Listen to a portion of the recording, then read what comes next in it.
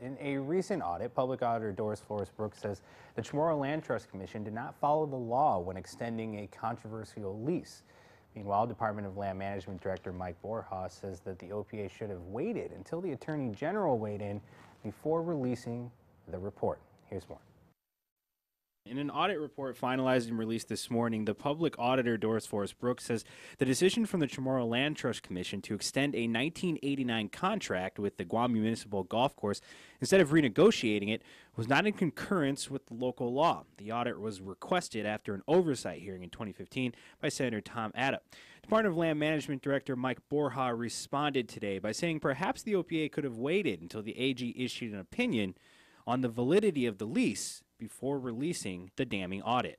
14 months later, they got the job done. Perhaps they could have waited a few more weeks, or however long it's going to take for the AG to give her opinion. And then it would have been a more solid document. Maybe it would have been a worthy document, because if the Attorney General finds in our favor, then what kind of confidence level do I have on the findings of the public auditor?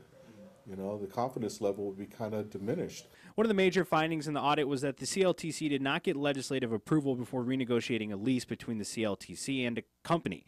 Borja says they did not need approval from the legislature since it was a continuation of the original lease signed back in 1989.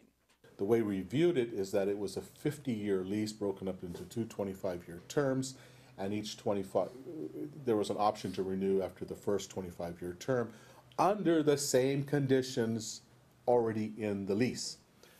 And so that was our basis of why this was really just a lease renewal and nothing more. And so we object to the fact that it didn't have any additional authorization. In the audit, however, the OPA argues that the ownership of the lease was transferred from Company A to Company B. And although it was a renewal, Section 7 of the lease and Public Law 19-34 does not allow for a change in interest in the lease without approvals from the legislature or the governor. The CLTC did provide documentation at the oversight hearing in 2015 to show that although the company names were different, the ownership and the shareholders were the same. The OPA acknowledged this change, but still noted that the CLTC did not provide any evidence of approvals from the legislature or governor for the change in ownership of the lease. Additionally, the OPA states that the CLTC did not use the updated appraised value of the golf course land when factoring rent increases, instead going off of the original appraisal back in the 60s. This means that they may have missed out on an additional $11.8 million in rental revenues. The whole intent of this golf course was to be a public golf course at affordable rates for the local population. And so, you know, to then go to the next step and say, well, you should have been charging them more, you're going to lose potentially $11.8 million. Wow, what I would have done to have that additional $11.8 million. But that, if you look at it for a 25-year period, that's tacking on another $40,000 a month in lease payments. And how can you have affordable golfing if you're going to tell someone they have to pay $40,000 more?